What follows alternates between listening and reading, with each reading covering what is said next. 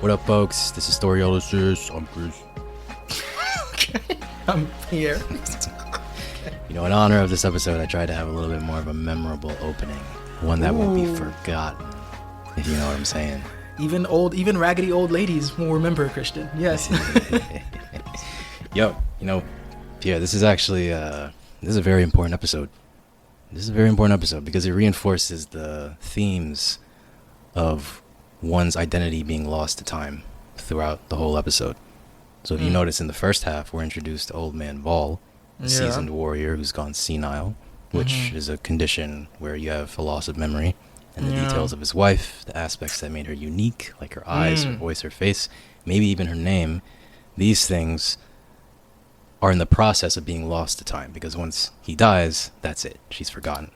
Yes. And then, at the halfway point, we're introduced to Guerrilla Warrior, or we're formally introduced to Guerrilla Warrior, which is a name that's meant to combat this idea of identity being lost to time. Because day by day, he's actively rejecting the notion purely through the uniqueness of his name.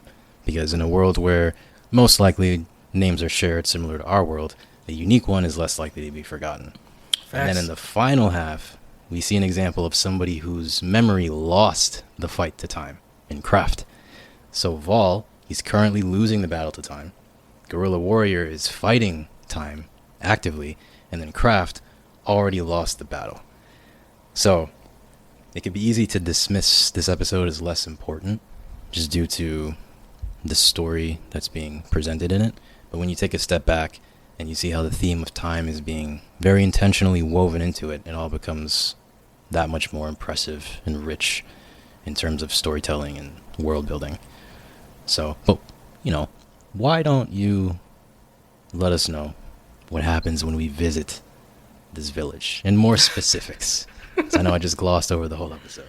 No, man. That's actually, I didn't even get that breakdown, but it's such a wow. Like this is like the way you split these characters, like Old Man Wolf and Guerrilla Warrior, who's like timeless at this point because of the name. Well, we're in the present, so it's not the future. For that reason, we're giving him the benefit of the doubt that he's only been traveling for 10 years. So that's a mere 10 years, a very short time for a hero to be forgotten anyway. But so far, the name is so memorable that it's sticking, which is true.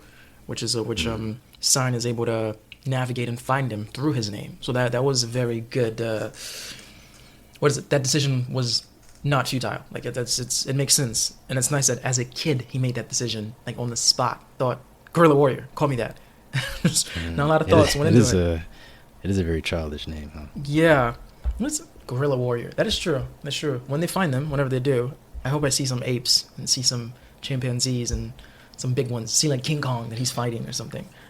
Regardless, that is pretty cool. But yeah, like you said, the village you get to. It's kind of, what's not kind of cool. How do you get to this village? Of course, Frieren members know, hey, there's an old man who lives there. It's a cool old man. We should stop by. What does she and that old man have in common? They've been living for a long time. Dwarves can live up to 300 years. But not only that, and for Fern to pick up, like, not a lot of people can talk about the past with you. That's actually true. Because Homegirl is so ancient that she's seen generations passed on. Like, on and on and on and on. So there's no constant. Like, there's no one to relate to. That's I brought up the show a while back. The Sandman. I told you on Netflix. Pretty sick, actually. Good show. There's these gods, basically. The god of dreams. There's the god of death. The god of desire. The god of despair. There's all the D's, which is weird. But regardless, it's a Netflix. But in The Sandman, he gave this guy immortality. Just as a joke. To see, you know what? I'm going to keep coming back and checking on you to see if this is not a curse. That you watch your loved ones die. But surprisingly, this guy ended up loving. Yeah, because, okay, to hark on this just for a second and jump back to the show. He walked into a bar because he's gallivanting around the earth. He's a fucking god. You hear the guy say as he's drunk, I wish I could live forever, but the guy's drunk. So he's like, you know what? Let me make this guy live forever. And he comes visit him every like 100 years or so. Like, are you tired now? Like, no, I'm not tired. I can go another one. Like, are you tired now? No, I'm not tired. I can go another one. So that's pretty cool. So my point is, this was a very rare instance where this is The Sandman. It's a Netflix show, The Sandman. My point is, it's the sole occasion that I've seen a character enjoy the fact that they're living forever and they get to see people die and not get tired of that. But anyway, just to bring it right back, what Fern was saying was pretty sick. Like, there's very few people that can do that because you just watch death, you just watch generations fade and creations of newer ones, so you have to keep making new connections. But that one village have that one man who's a dwarf who can live up to 300 years. So that's pretty sick. But yeah, the things you just mentioned about him, like, I love the fact that, another analogy, I brought this up again when I was talking about how This Is Us, or the movie that I like with Jim Carrey, The Beautiful Spotless Mind of the Wonderful, I don't remember, you know what I'm talking about, Christian. The Eternal Sunshine of the Spotless Mind. Yes, how the videographer, filmographer, those are real words, or director was able to capture the loss of memory, how it was blinking out. The memories he could no longer, like, get to because they got wiped out, or they're getting wiped out. Really fantastic movie, by the way. If anybody sick. hasn't seen it, it's Christian, we gotta do a phenomenal. reaction of the Wonderful Spotless, regardless. Anyway, but You know, it's so good. ironically, enough time has passed where I've kind of forgotten the movie. Strong premise. All right, remember this. This is timeless because when something sticks, I'll never forget it. But yeah, no, that movie's great. I mean, yes. I do remember like the story, but the details of what happened, that's what I forgot. The details are freaking sick. I won't spoil it for you again if it comes to a potential time where we might break it down. It is what it is. Fingers crossed. But regardless, yes, I love when they visualize that. So I love when old man Voll, when he met Himmel and described, I'm doing this for my wife. It's a village that she loved. They show you a clear picture. You can't see her eyes because he's already old. So he's already forgetting her. You can't see her eyes. You only see her face. But when Frieren comes back to visit decades later, they show you the picture even more blurry. So I love that. It's like his mind, he's losing his memory. But they're like, okay, let's show you how that memory loss, how gradual that is, because he's very old. Oh, it was beautifully done. And then his send off, how he's blessing Frieren to go and defeat the Demon King, and she just peeped like, oh shit, you're not all there no more. But I love that she didn't let him know. This is not Frieren episode 1 or episode 2 who's just not picking up on social cues as much. She's grown so much over these past 16 episodes, because we're in episode 16 right now. So, there's not the Frieren that's like, well, it wasn't really that deep. Are you sure? And you can see she was about to speak. Old man Voll. And she stopped. And she smiled. And she said, I'll carry your memory into the future. I'm like, bro, that's sick, man. No, this was sick. Yeah, and I mean, just to branch off you saying that Frieren is developing in front of our eyes, I think it was the night before there was the send-off for Voll.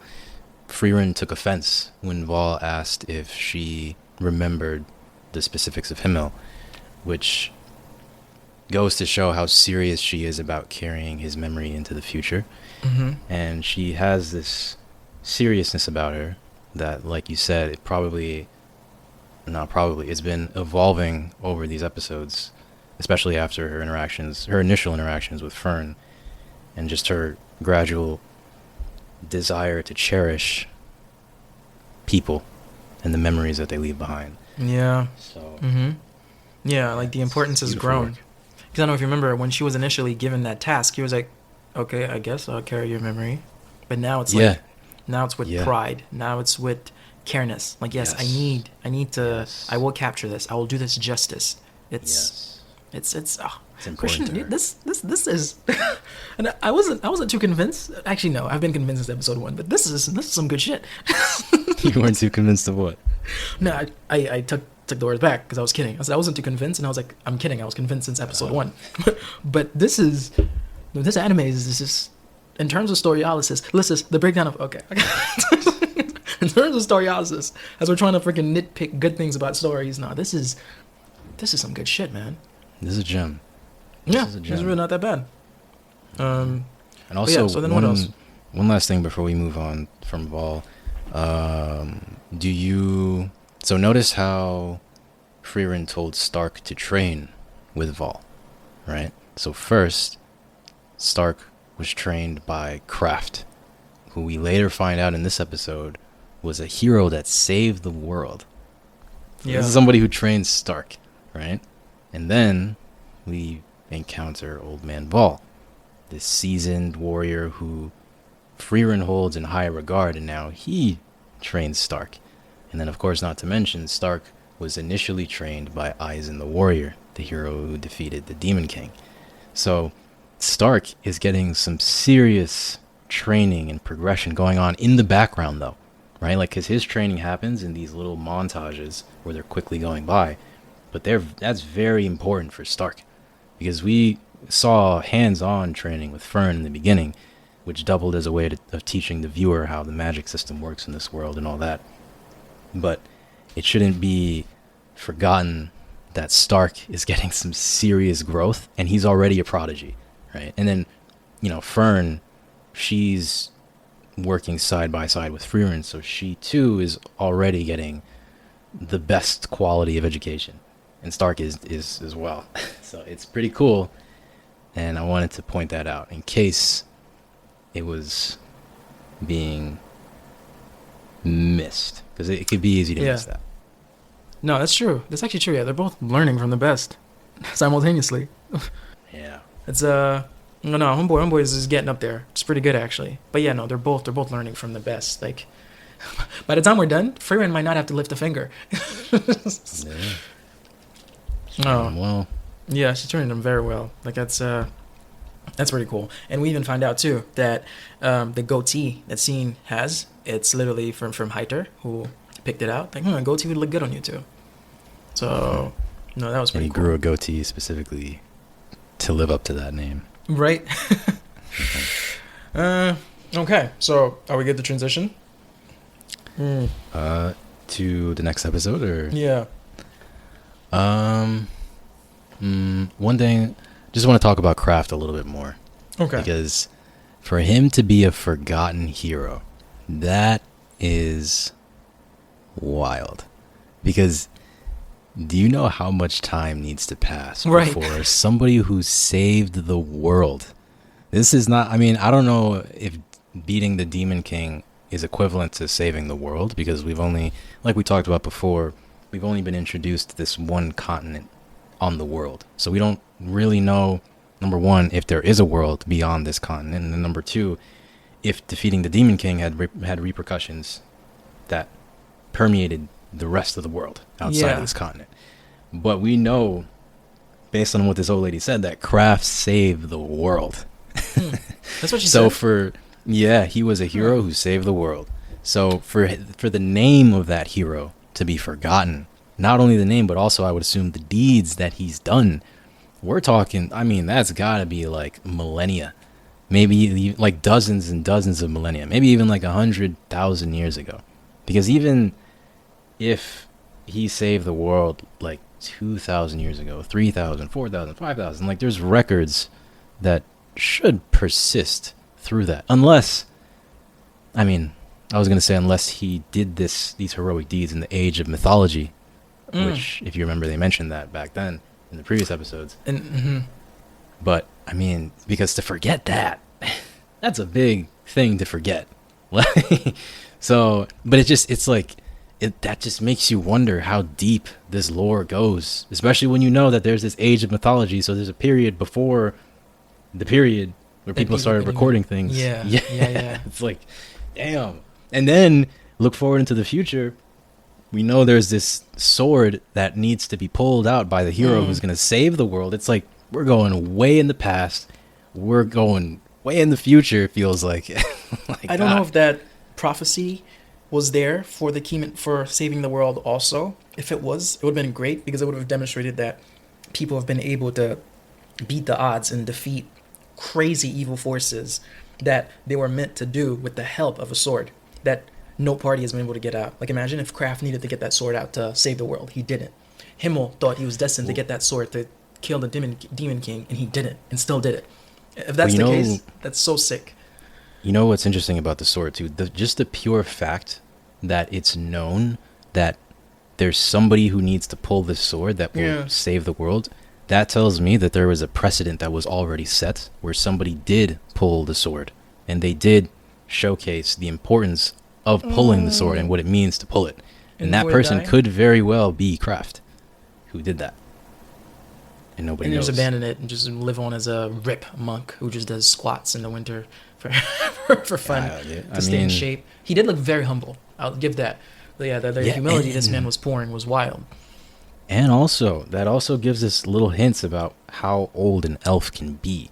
Because we know that dwarves, they live up to like 300. Yeah. Voll is a little bit of an exception.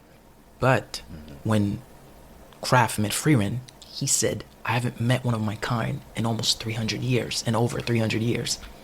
So Right. so that means dwarf's lifespan, which saying, okay, one last time, Christian, how do you pronounce this man's name? Sign. Like signing a piece of paper. Perfect. English is not my first language. But yes, one last time. Like Sign mentioned, dwarves, live up to 300 years. That's their lifespan. Where this man vaguely said, last time I saw one of us was 300 years ago, meaning they go far back. And we even know, Christian. No, not Christian. Yes, Christian. We even know. Oh, shoot. I forgot we were recording episode 16 and YouTube. We're like at episode 3. I was like, spoiler, but it's not spoiler. We already know Frieren's been here for thousands of years when she defeated Aura, the guillotine. Yes. She was exactly. like, bitch, I've been here for thousands. Oof. And the freaking, the mana just.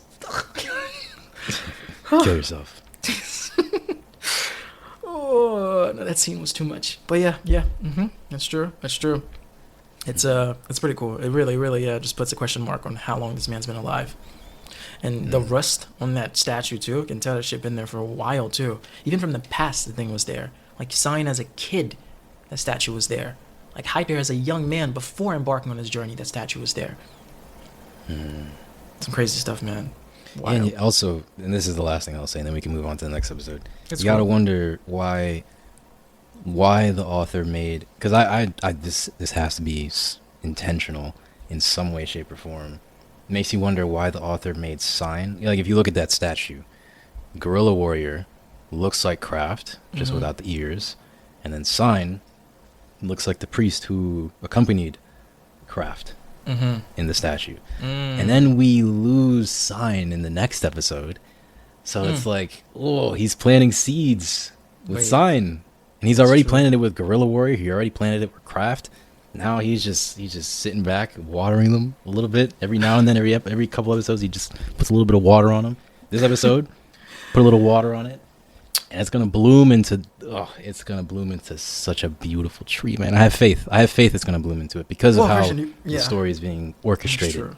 I have a lot of Also, faith. you've already seen it, but you have faith. That's true. Well, I've seen season 1, so there's much more to the story that I am not aware of. Yeah, folks. Pierre's going in blind. Christian already seen it. Just like Dark Matter was the opposite. Pierre saw it. Christian just saw it for the first time. But it's pretty cool. It is very nice. Question: you said Kraft was accompanied by a priest. Is that a spoiler? No, it's the old lady said that. Well, it was like in that conversation, somebody mentioned that he was a priest. I want to just hear your reaction because your fear of spoilers. I was trying to do a reverse. Like, what would happen if he actually spoiled something? You just start freaking out. You're like, I can't. Pierre, shut it down. Shut it down. Well, I mean, I didn't spoil your you. mind. But you remember you did send me a text. You saw this short. I was like, oh. I mean, it's not Crazy a crazy spoiler.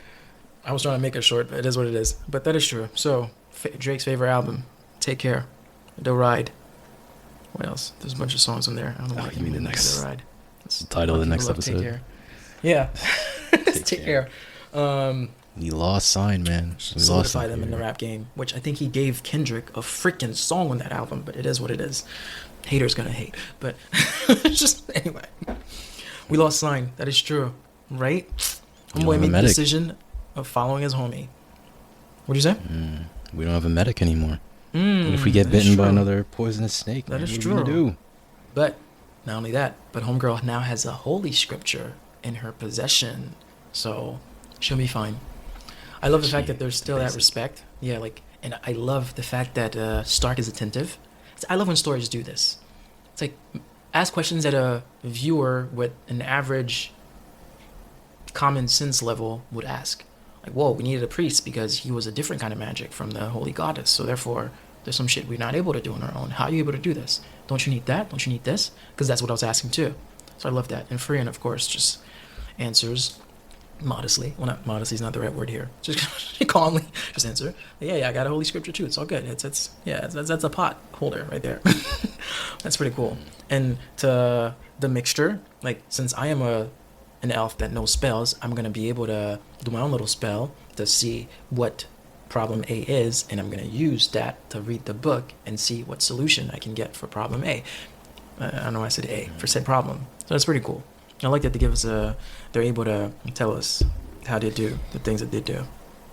Yeah, and before you go further, I just want to touch back a little bit on the beginning when they had this scene with Fern and Stark, because it was interesting that this started off as a very wholesome, like innocent scene, like similar to what we've seen in the previous episodes, like when Stark forgot Fern's birthday, or even when Frieren was getting a present for Fern, like and when like in the early episodes. But this time it ended a little bit ominous because there was a fear behind Fern's actions when Stark put his hand on her shoulder. Right. Like he was so strong that her fight or flight instincts just kicked in, and it was an uncomfortable sensation to experience. And now when you put that in light of how Stark has been trained in the past episodes by these very significant characters, yes, and how he's just a prodigy, it's like you see how in the background Stark is becoming a monster. Like he was already a monster because he struck fear in Eisen's heart, but he is accelerating at a pace that is just quietly happening in the background. And it's so great. It's so great because even like we're getting in the foreground a lot of character development from Frieren, where alongside Frieren we're getting character development from Fern, and then in the background we're getting character development for Stark. From and it doesn't all the strays they pick along the ways. Yeah.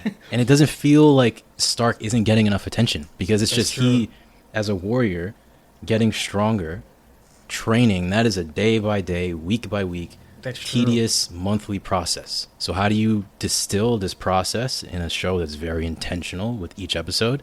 You have it happen in the background. So great, man. That's sick. I like that. So fucking cool, man. I didn't even think of that. Yeah, so great. It's beautifully done, and you can see it through each pit stop. They give him, like they allow him to have some screen time of no speaking, just working out. Like whether it's with Kraft, you see him like lifting people. Whether it was with Old Man Voll, you see him in this who's this great Greek mythology guy who keep bringing this boulder up. He was carrying a rock that Old Man Voll was sitting on. And you just see him like he's putting in work, Christian. He's putting in work. He is. And he touched Fern in a way that it made her cookie tingle. I'm referring to what's this? Which poem? Okay, it's the poem I'm referring to is going to be up top by Courtney Lynn. Yes, if you're watching this on YouTube, because we broke that poem down. it made the cookie tingle.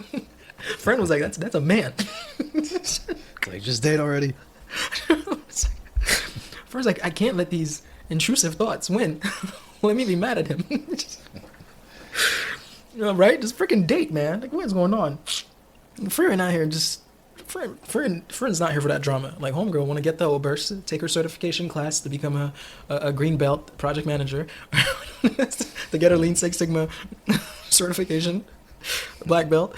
Yeah, Frieren doesn't have time for this. That was a joke for people who don't get it. I'm a project manager, and that's one of the certifications. It's tragic. I guess, yeah, it's not project management for anything. You can get your Lean Six Sigma certification for any profession. Just reducing waste and being more efficient. Crazy shit. But yeah, it's yeah, homegirl's like, I don't have time for this.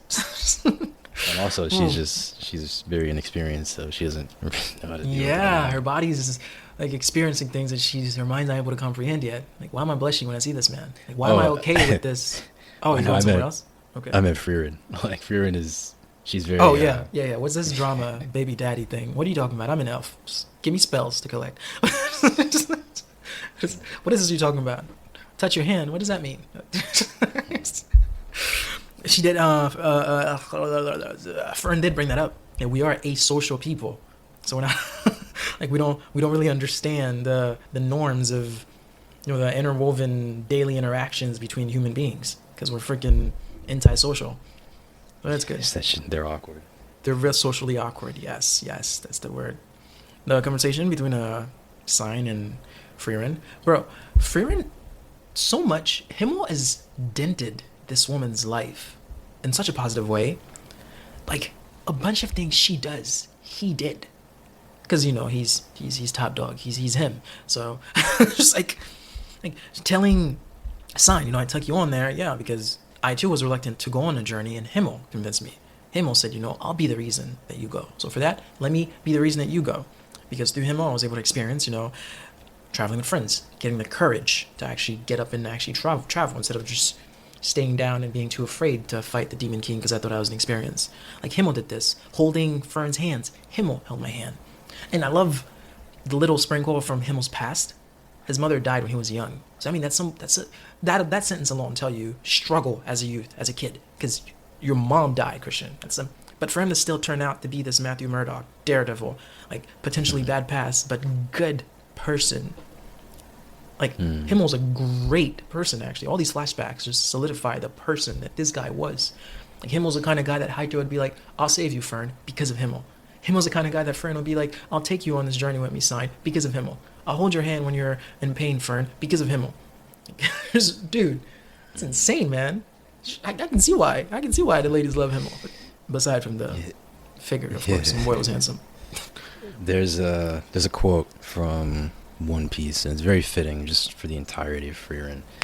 A character says, he's speaking to another character, and he's like, "When do you think it is that a man dies? Is it when he's stabbed in the heart? Is it when he's poisoned? Is it when he dies from an illness?" And then he says, "No. A man dies when the living forgets him." And it wraps up this theme that's being shown in Frieren very well, because Frieren is choosing to not forget Himmel, because forgetting Himmel would relegate him to somebody like Kraft, somebody who just gets forgotten. And Frieren, because they mentioned that elves are going extinct. Yep. Right? Okay. Just wanted to make sure. So damn it, not a spoiler. Yeah. So there's not, because elves, from what we're shown, from what we know, they are the longest living creatures. Like demons, they live long too, but we don't know if they've lived as long as Frieren, because Aurora was taken aback because Frieren had 500 years on top of her. I know, right? So the one species that could take the memory of people and carry it into the future so that they're not forgotten, that race is dying out.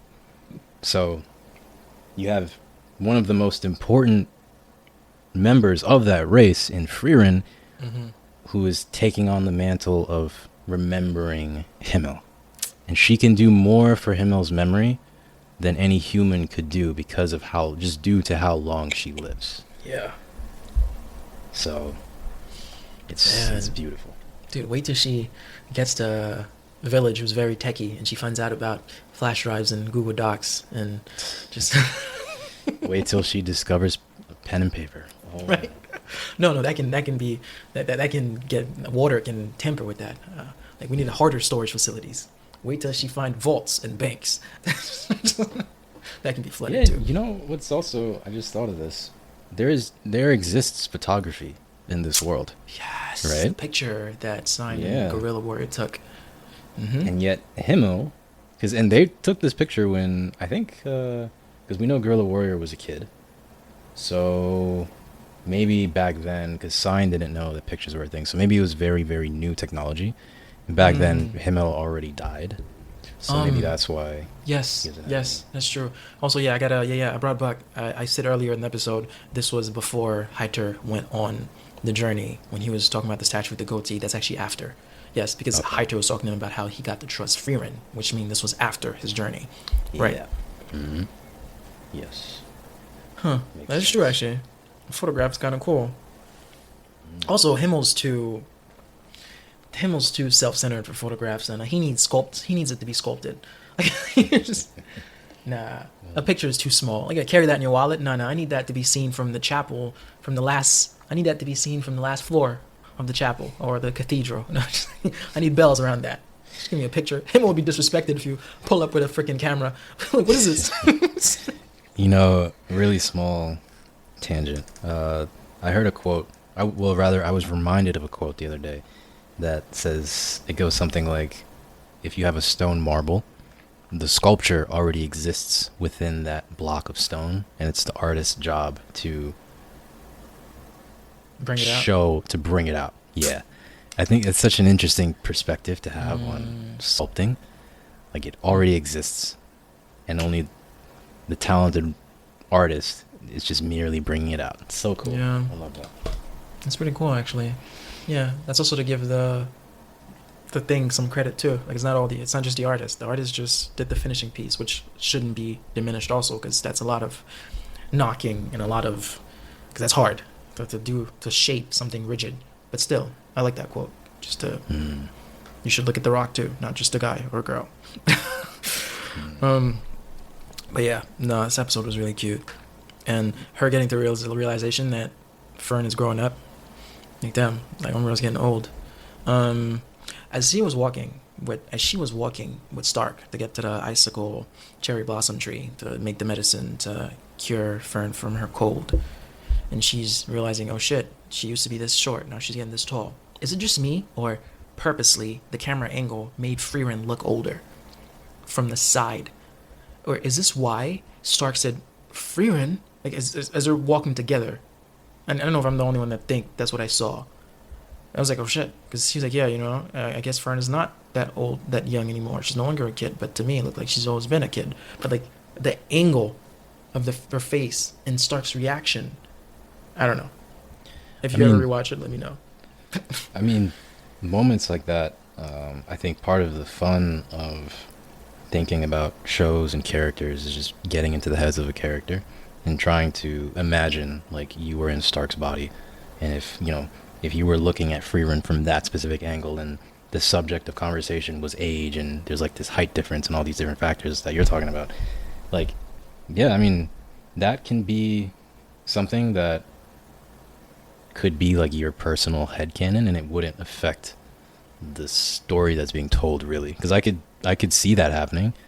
But me personally, when I saw that moment, because it happens in animes do that a lot, where a character would say somebody's name as a way of expressing like, whoa, or huh, I didn't think of that, like, Okay. or just they would say Frieren, like it's That's exactly how you said it. Yeah. yeah, it like that happens a lot in anime. So No, I get it. I understand. but it's that can be interpreted in a lot of ways, Yeah. and that's a cool way to interpret it. That's exactly how you said it. That's actually scary. Frieren. Let's move on. That's actually scary. Chills. Is this Stark? Mr. Stark? Yeah, crazy, man. She's all healed. The villager was so sweet, very kind woman. No, like, village change. It's been a few decades and it's no longer the same, but she's still there. It's nice. Like, Stark got to milk cows, forearm training, so biceps are getting bigger, effortlessly. What's crazy about this seed is because I already knew that this show had me, but I knew I got reinforced that it had me because when I saw this scene of Stark milking a cow, immediately I was like, huh, how do you milk a cow? And then I went on YouTube and I searched a tutorial of how to milk a cow, and I watched it, engrossed in the technique of how to milk a cow. And it's like this asymmetrical movement where one arm pulls down, the other grabs the top, Yeah. the right arm pulls down, and then like it switches. And it's just like, these are hints to me that a story is really captivating me when I can get compelled by a scene like milking a cow. I understand.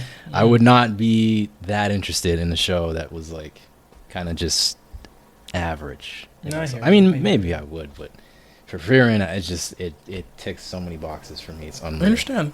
That's how I felt when I was watching Billions. Yeah, any little detail, it brought it more out because I knew the caliber of the show and that it wouldn't be there for no reason, Yes. or thoughts went into that detail. Yes. Billions is a TV show from Showtime's, that PR's favorite show of all time. Regardless, it is what it is. But yeah, man, that is true. That's true. I can see it. We have a gem in our hands. Thank you for the writer and the voice actors and actresses. This has been a good journey.